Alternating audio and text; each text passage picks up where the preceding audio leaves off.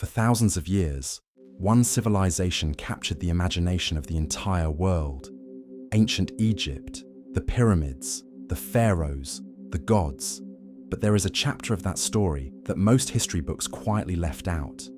A chapter where warriors from deep in Africa marched north, crossed the desert, and seized the most powerful throne on earth. They ruled Egypt for nearly a century. They built more pyramids than any pharaoh before them. And then, almost deliberately, the world forgot they ever existed. This is the story of the Black Pharaohs, and this is Shadow Atlas. To understand how this happened, you have to travel south, far south, past the first cataract of the Nile, past the second, past the third, deep into the land the ancient Egyptians once called Kush.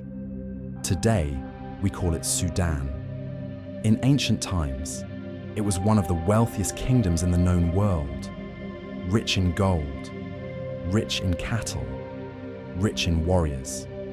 The Kushites were not a primitive people living in the shadow of Egypt.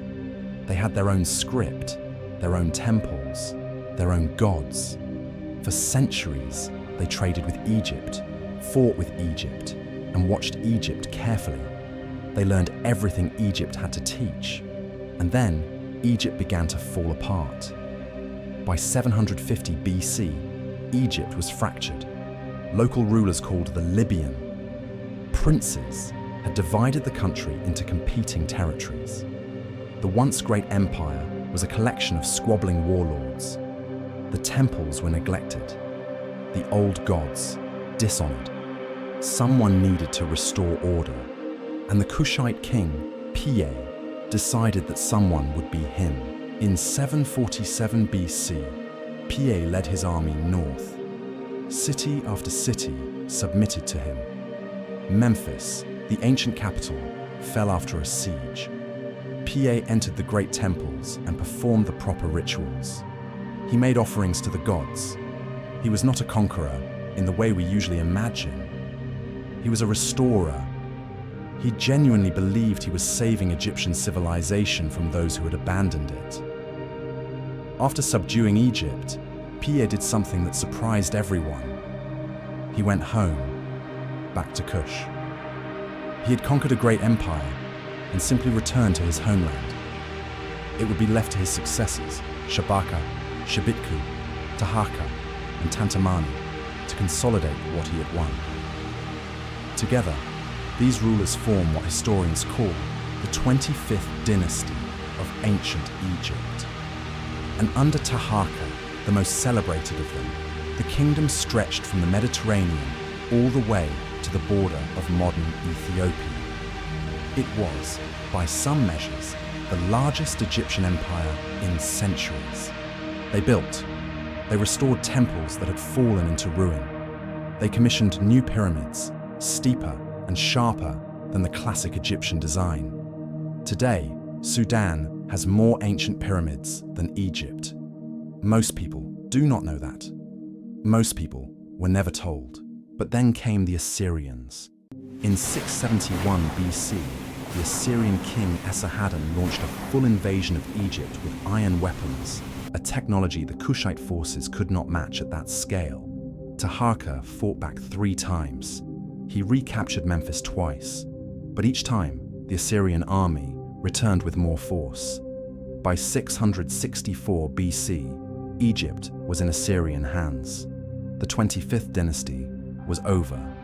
Taharqa retreated south to Kush. He died there in 664 BC, never reclaiming the throne. The dream of a unified Nile Valley under Kushite rule died with him.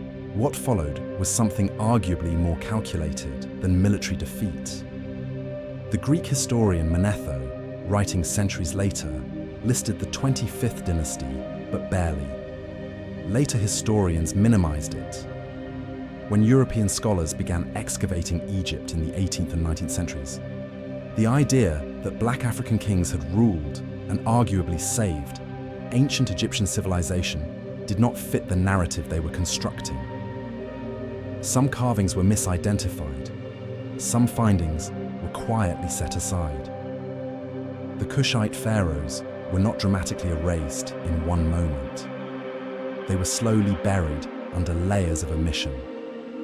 It was not until the late 20th century that serious archaeological work in Sudan began to restore the picture. The pyramids at Meroe, the temple complexes at Jebel Barkal, the inscriptions in Meroitic script that scholars are still working to fully decode. The evidence was always there. It was just never the story that was being told.